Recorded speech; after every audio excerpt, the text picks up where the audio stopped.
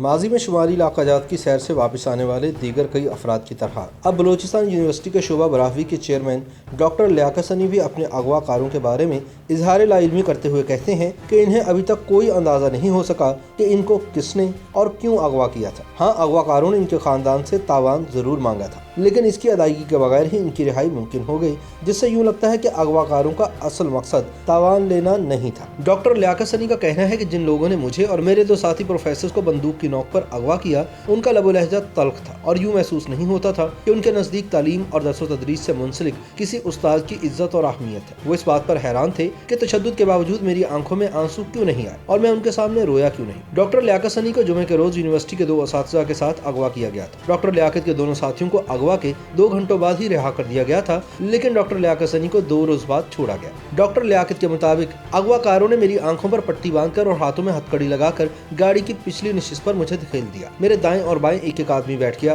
گاڑی نامعلوم سمت روانہ ہوئی اور اس کی رفتار بہت تیز تھی۔ اندازاً 1-1.5 گھنٹے کے بعد گاڑی ایک اور جگہ تھوڑی دیر کے لیے رکی۔ اس کے بعد مزید 1 گھنٹے کی مسافت کے بعد مجھے ایک جگہ اتارا گیا۔ آنکھوں پر پٹی کی وجہ سے میں یہ نہیں دیکھ سکا کہ وہ کیسی جگہ ہے، لیکن ایسا لگ رہا تھا کہ وہ ایک کمپاؤنڈ ہے جہاں مجھے کمرے میں رکھا گیا۔ مجھے جہاں رکھا گیا تھا وہاں اسپیکر بھی لگے ہوئے تھے، جن سے رات کے وقت تلاوت اور نعت کی آوازیں بھی آتی تھی اور کبھی کبھی جذباتی تقاریر بھی سنائی دیتی تھی۔ انہوں نے بتایا کہ جب تک دن تھا تو مجھ سے کوئی بات کرنے نہیں آیا، تاہم رات کو لوگ آتے رہے۔ وہ مجھ سے مختلف سوالات کے علاوہ یہ پوچھتے رہے کہ آپ کی جائیداد میں کیا کیا ہے، اور یہ کہتے رہے کہ پیسوں کا انتظام کریں۔ پہلے انہوں نے میرے بچوں کا سیل فون نمبر لیا اور تھوڑی دیر کے بعد واپس آئے اور کہا کہ اپنے بھائی کا فون نمبر دیں۔ مجھے یہ بھی کہا گیا کہ آپ یونیورسٹی اسکینڈل میں ملوث رہے ہیں۔ اس پر میں نے ان کو بتایا کہ یہ معاملہ تو ختم ہو گیا ہے، اگر میرے خلاف کوئی ثبوت ہے تو لایا جائے۔ پہلی رات کو 1-2 مرتبہ پوچھ گچھ کے بعد مجھے چھوڑ دیا گیا اور دوسرے روز پورا دن مجھ سے بات چیت کے لیے پھر کوئی نہیں آیا، تاہم دوسری رات کو پھر لوگ آ کر مختلف باتیں پوچھتے رہے۔ ڈاکٹر لیاقت کہتے ہیں کہ مجھے کھانا اور پانی دیا گیا، لیکن میں ان کے تلخ لہجے کے پیش نظر کم پانی اور کم کھانے کی کوشش کرتا رہا۔ ان کے غیر انسانی رویے کے باعث اس لیے کم کھایا اور پیا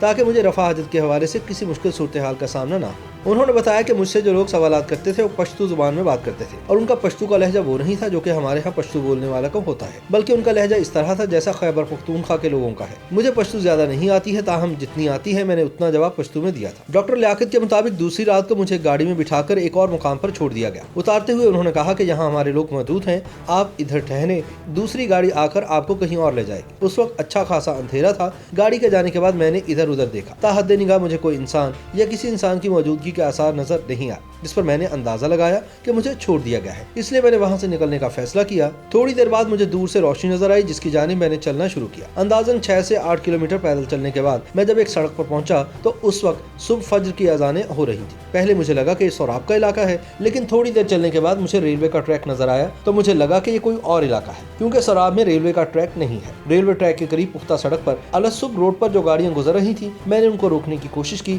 لیکن شاید ڈر اور خوف کی وجہ سے 2-3 گاڑیاں نہیں رکی۔ تاہم ایک گاڑی رکی تو میں نے ڈرائیور کو یہ نہیں بتایا کہ میرے ساتھ ایسا کوئی واقعہ پیش آیا ہے، بلکہ ان کو بتایا کہ میری گاڑی چھینی گئی ہے، جس کے باعث میں اس وقت یہاں کھڑا ہوں۔ گاڑی والے نے اس پر افسوس کا اظہار کیا اور میرے پوچھنے پر بتایا کہ جہاں میں کھڑا ہوں یہ پنجپائی کا علاقہ ہے، جو کہ کوئٹہ شہر سے بہت دور ہے، لیکن انتظامی لحاظ سے ضلع کوئٹہ کا ہی حصہ ہے۔ انہوں نے مجھے کوئٹہ میں اپنے گھر تک پہنچایا۔ وہ بتاتے ہیں کہ مجھے ابھی تک یہ سمجھ نہیں آیا کہ اس سلوک کا کیوں نشانہ بنایا گیا۔ میں حیران ہوں کہ اول تو کوئٹہ کراچی جیسی اہم شاہراہ پر اتنی بڑی تعداد میں 3 گاڑیوں کے ساتھ مسلح نقاب پوش افراد کیسے کھڑے تھے، وہاں یہ لوگ کہاں سے آئے تھے اور کس طرح ہمارے انتظار میں اطمینان کے ساتھ ایک اہم شاہراہ پر کھڑے تھے۔ ڈاکٹر لیاقت سنی کہتے ہیں کہ انہوں نے زندگی میں بہت سارے تلخ تجربات دیکھے ہیں، لیکن یہ ان کی زندگی کا ایک تلخ ترین تجربہ تھا۔ اغوا کاروں کا جو لب و لہجہ تھا، اس سے نہیں لگتا تھا کہ ان کے لیے استاد اور تعلیم دینے والوں کی عزت اور احترام ہے۔ لیاقت سنی کہتے ہیں کہ ان کے تشدد اور تلخ رویے کے باوجود جب میری آنکھوں سے آنسو تک نہیں آئے تو انہوں نے مجھ سے پوچھا کہ میری آنکھوں میں آنسو کیوں نہیں آ رہے اور میں کیوں نہیں رویا۔ میں نے ان کے تلخ رویے سے شروع میں ہی محسوس کیا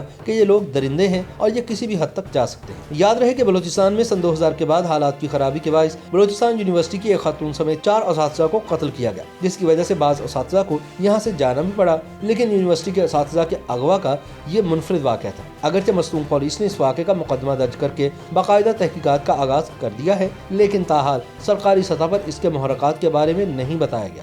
یوٹیوب پر گوگلی نیوز دیکھنے کے لیے youtube.com کی سرچ بار میں googly news T V type کریں۔ گوگلی نیوز کے پیج پر سرخ رنگ کے سبسکرپشن والے بٹن پر کلک کرنا نہ بھولیے۔ یوٹیوب پیج پر اپلوڈ ہونے والی ویڈیوز سے باخبر رہنے کے لیے بیل آئیکن پر کلک کیجیے۔ آپ کو ہر نئی ویڈیو کے بارے میں نوٹیفیکیشن موصول ہو جائے گا۔